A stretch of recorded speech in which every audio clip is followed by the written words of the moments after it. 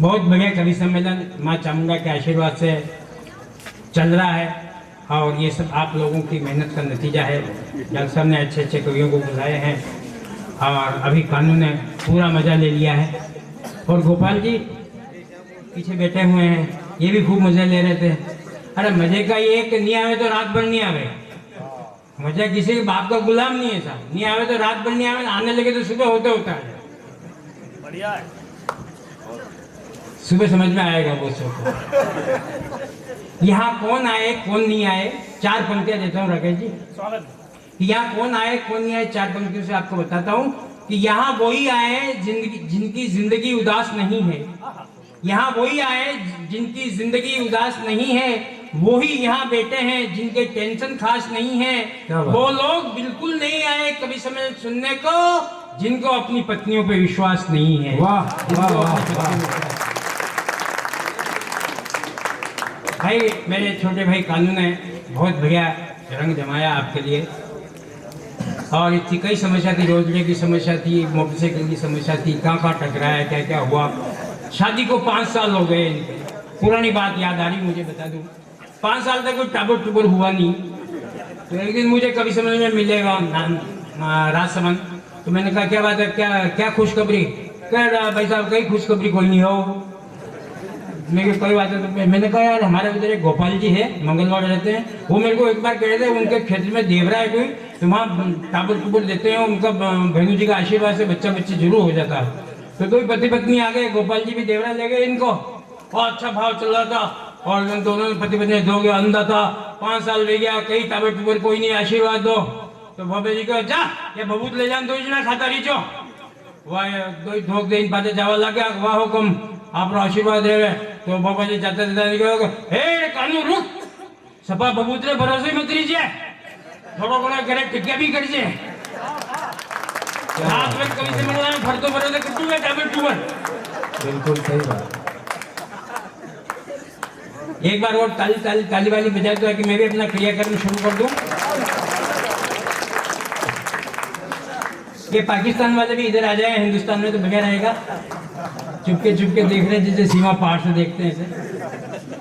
माँ शारदे को वंदन, छठे छठाए श्रोताओं का अभिनंदन, शादीशुदाओं को बधाई, कंवरों की जल्दी हो सगाई, पत्नी पीड़ितों को सांत्वना, पर पत्नी आश्रितों को शुभकामना। संगेश्वर वाले समझदार है, बहुत जल्दी समझ गए। बड़ों को प्रणाम, बुजुर्गों को अंतिम प्रणाम। वो बहुत से तो ऐसे बैठे जैसे बैठने के लिए आए हैं, उनको जाके संभालो और है भी नहीं। भाई साहब गणेश जी के 2 पत्नियां हैं गोपाल जी साहब, गणेश जी की 2 पत्नियां हैं रिद्धि और सिद्धि। भाई साहब अपने एक ही है, वो भी जिद्दी और पिद्दी। और बहुत से कुंवारे इतने अभागे होते हैं कि वो ताश खेलते हैं तो भी बेगम नहीं आती उनके। सीताराम जी मैं कहना चाहता हूं कि मेरी तरह आप सब संगेश्वर वाले भी अपनी पत्नी का फोटो साथ रखा करो ताकि आने वाली हर समस्या छोटी लगे। जोधपुर में रावण को जवाई माना जाता है, जोधपुर में रावण को जवाई माना जाता है, बाकी सब जगह भारत में जवाइयों को रावण माना जाता है। बहुत बढ़िया। दिल्ली में एक आदमी इस हैरानी से मर गया कि एक सरकारी बाबू उसका काम बिना रिश्वत के कर गया। अच्छा बॉडी जिम जाने से नहीं बनती, जिम में जाने से बनती है। आप जैसे लोग, वो कुछ लोग जीवन में कीमत से नहीं किस्मत से मिलते, जैसे कि आप सब। अच्छा एक बात बताओ, ऐसा लता मंगेशकर और मुझ में कोई फर्क नहीं है, नहीं ही नहीं सही कह रहा हूं। लता जी ने लगभग 10,000 गाने गाए थे, अपन ने एक ही गाने को 10,000 बार गाया। क्या बात। अच्छा फर्क तो देश के बड़े कवि डॉक्टर कुमार विश्वास और मुझ में भी नहीं है। हाँ वो एक कवि सम्मेलन के 8-5-7 लाख मांगते हैं, अपन भी इतना ही मांगते हैं। बस फर्क इतना सा है कि उनको दे देते हैं, अपन को कोई देता नहीं। अभी एनसीआर के एक कवि सम्मेलन मेरे को मिल गए पिछले साल, कहने लगे यार डॉक्टर तू आजकल कविता अच्छी पढ़ने लगे, चल तेरे को विदेश ले जाएंगे, तू अपना पासपोर्ट बना ले।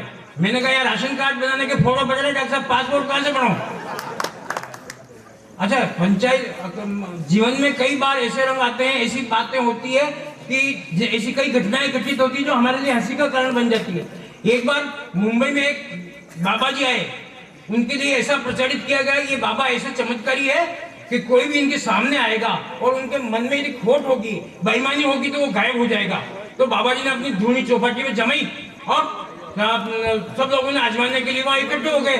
शाहरुख खान आया, गया मैं भी आजमाऊं। शाहरुख खान जो बाबा जी के सामने आया गायब हो गया। सलमान खान ने देखा मैं भी आजमाऊं इनको, बाबा जी को। तो जो सलमान खान सामने आया वो भी गायब। ये नजारा दूर खड़ी खड़ी कैटरीना देख रही थी, ये देखे मैं भी तो आजमाऊं, मैं भी तो जाऊं। तो कैटरीना ने कैब आई और बाबा जी को जो प्रणाम किया, बाबा जी खुद गायब हो गए। मैं ये क्या कर रहा था, मैंने वहां नहीं होता तो यहाँ आपको सुना था कैसे। एक बार जोरदार तालियां इन गोपाल जी की भी बजा दो ताकि इनकी भी आत्मा को शांति मिले। अच्छा, मेरे बच्चे की शादी नहीं हो रही थी, तो मैंने एक बाबा जी से पूछा, बाबा जी कोई शादी होने का मंत्र हो तो बताओ ना। तो वो बोला कि शादी का कोई मंत्र मेरे पास होता तो मैं काहे को बाबा बनता। ऐसा एक घटना बताता हूँ दोस्तों। राकेश जी और हम एक कानपुर कवि सम्मेलन करके आ रहे थे। उस कवि सम्मेलन ट्रेन से आ रहे थे, लौट रहे थे, तो हमारे सामने की सीट पर एक भाई साहब बैठे थे। वो अपनी सीट से उठे, बाथरूम तो जाए, वापस आके बैठ जाए, फिर 10 मिनट निकले, फिर सीट से उठे, बाथरूम जाए, वापस आके बैठ जाए, फिर 5 मिनट निकले, फिर सीट से उठे, बाथरूम तो जाए, वापस आके बैठ जाए। ऐसा उन्होंने 15-20 चक्कर बाथरूम से सीट तक कर लिया। तो मुझे भी राह नहीं गया। मैंने पूछा क्या बात है भाई साहब, चेन नहीं है क्या? तो भाई साहब चेन थे पर खुल नहीं रही है। अच्छा, भारत के लोग बड़े जुगाड़ू साहब, हाजिर जवाब है। अमेरिका में 3 भारतीयों को फांसी की सजा हो गई। तो जज ने पूछा फॉर्मेलिटी के लिए, तुम्हारी अंतिम इच्छा क्या बताओ। तो पहला मुस्लिम बोला साहब, पहला भारतीय बोला साहब मैं कुंभ के स्नान करना चाहता हूँ। यार कुंभ तो 12 साल में आता। तो उसने कहा मुझे कौन सी जल्दी है। दूसरे भारतीय को पूछा तुम्हारी क्या इच्छा है। तो मेरी इच्छा है कि मेरे पैर ऊपर रखना, सिर नीचे रखना, फिर मेरी फांसी दे दो।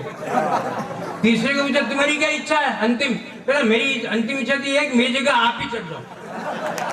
ये हमारे भारतीय है। अच्छा, सुबह में हॉस्पिटल से पेशेंट देख रहा था, तो एक पेशेंट मेरे पास आएगा, साहब दस्ते लग रही। तो मैंने कहा एक गोली ले जाए, एक गोली 3 बार ले लेना। तो ले गया, उसका परहेज कहीं रखूं, परहेज कहीं रखा साहब, क्योंकि परहेज रख रहा हूँ, मंदिर में जाए शंख नहीं बजाऊं।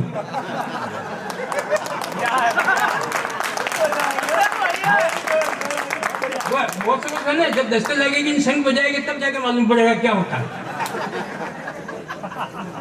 अच्छा, देशभक्ति जताने के लिए जरूरी नहीं हम चीख चीख के कविताएं पढ़े और बात बात पे तीर तलवार निकाल दे। हम हंसते हंसते भी देशभक्ति जता सकते हैं दोस्तों।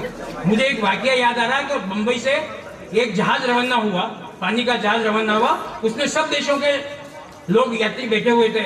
उसमें Japan, Germany, America, England, Pakistan के भी थे, भारत के भी थे। हमारे सीताराम जी की टीम, गोपाल जी वगैरह, पूरी मंगलवाड़ी की टीम, ये भी थे, घूम जा रहे थे। तो जहाज 4 किलोमीटर आगे बढ़ा होगा और डामाडोल होने लगा, अनबैलेंस होने लगा। तो कैप्टन ने घोषणा करी कि इस जहाज में इसकी क्षमता से 3 सवारियां ज्यादा बैठ गई, कोई 3 अपने आप को समुद्र में फेंक दे या अपनी कुर्बानी दे दे तो ये जहाज बच सकता, वरना पूरा ये हजारों लोग सब डूब जाएंगे।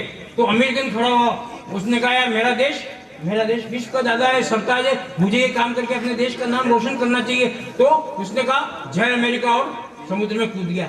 रशियन ने कहा यार ये ऐसा कर सकता है तो मैं क्यों नहीं कर सकता, मुझे भी अपने देश का नाम रोशन करना चाहिए। तो वो भी जय रशिया का और कूद गया। एक आदमी की और जरूरत कुर्बानी देने की। तो हमारे ये सब लोग बैठे हुए थे, वो ये सीताराम जी बैठे थे, उनका यार मेरे को भी कुछ करना चाहिए, अपने देश की नाम रोशन करना चाहिए। तो ये अपनी जगह से खड़े हुए भारत माता की जय और अपने पास में बैठे पाकिस्तानी को तोड़ के समुद्र में तब कहना चाहता हूं कि अब वतन पे मरने की नहीं, दुश्मन को मारने की जरूरत है। अब वतन पे मरने की नहीं, दुश्मन को मारने की जरूरत है। इस तरह से माँ भारती को तारने की जरूरत है। इस तरह से माँ भारती को तारने की जरूरत है। अच्छा साहब, 21वीं सदी के बच्चों के जवाब बड़े लाजवाब है। आपकी दुआ और मेरी मेहनत से मेरे भी 2 बच्चे हैं। हाँ, तो इसको स्पष्ट कर देना ठीक रहता है। कई बार कोई लोग शंका पाल जाते हैं। तो एक बार हमारे घर के सामने से बारात निकल रही थी, तो छोटे वाले बच्चे ने कहा कि पापा ये क्या है। मैंने कहा ये बारात है, ये दूल्हा है, गोल्डी बच्चे से शादी करने जा रहा है। तो मेरे से कहने लगा आप भी कर लो ना शादी। मैंने कहा मैंने तो कर ली है कि किससे करिए। मैंने कहा तेरी मम्मी से। वो कहना ओ बाबा क्या आप ही घर में ही कर लिए। ये बच्चों के जवाब है। नवीन में आ गया वो, तो कहने लगा मुझे मोटरसाइकिल दिलाओ या स्कूटी दिलाओ या मोटरसाइकिल दिलाओ स्कूल जाने के लिए। मैंने कहा देख कर तेरी उम्र में लाल बहादुर शास्त्री है ना, पैदल स्कूल जाते थे, पैदल ही स्कूल से आते थे और प्रधानमंत्री बने। तो वो कहने लगा साहब आपकी उम्र में भगत सिंह फांसी पे चढ़ गया, आप अब तक क्या कर रहे हो? ये बच्चों के जवाब है। बच्चे एक बार मार साहब क्लास में पढ़ा रहे थे और थोड़ी बात पुरानी, उस क्लास में राकेश जी और बिंदिया भी उसमें स्टूडेंट थे, 8वीं की क्लास थी। तो मार साहब ने खड़ा हुआ कहा साहब यथार्थ और भ्रम को वाक्य में प्रयोग करो। तो राकेश जी खड़े हुए कैसा आप पढ़ा रहे हो यथार्थ है, हम पढ़ रहे हैं ये आपका भ्रम है। फिर बोले साहब दुर्घटना और दुर्भाग्य को वाक्य में प्रयोग करो। तो बिंदिया जी ने कहा साहब आप लंच में स्कूल में आपके स्टाफ रूम में बैठे हो, छत गिर जाए ये दुर्घटना है, और इतनी छत गिरने के बावजूद आप बच जाओ ये हमारा दुर्भाग्य है। फिर मास्टर ने पूछा राकेश, ये छोटे थे तक की बात मुझे याद है, तो पूछा क्या रामनवमी क्यों मनाते राकेश? तो उसने कहा राम है ना 8वीं पास करके 9वीं में आए थे ना, इसलिए रामनवमी मनाते हैं। इधर से बिंदिया खड़ी हुई सर कि क्या हुआ? तो सर ये पूरी क्लास के बच्चे हैं ना मेरे को बुआ जी कहते हैं। तो मास्टर पूछा खड़ा कौन कौन कहता है? पूरी क्लास खड़ी हो गई। राकेश जी खड़े ही नहीं हुए। तो मास्टर पूछा शाबाश राकेश तू नहीं कहता? तो हाँ साहब मैं नहीं कहता हूँ। तो क्यों नहीं कहता? तो साहब मेरे को पूरी क्लास वाले फूफा जी कहते हैं।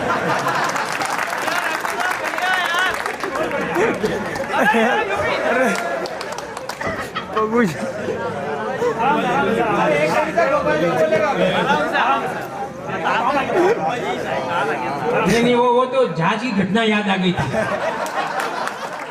कई बार भाव आते ना। बहुत धन्यवाद गोपाल जी। अब है ना अगला कार्यक्रम डॉक्टर साहब गोपाल जी मिलना मंगलवार चौराहे में होगा। तो बच्चों के जवाब बड़े लाजवाब होते साहब। एक दिन मार्शा ने कह दिया क्या कल स्कूल क्यों नहीं आया? कैसा मेरी गाय ने बछड़ा दिया। तो मार्शा इसमें क्या खास बात है?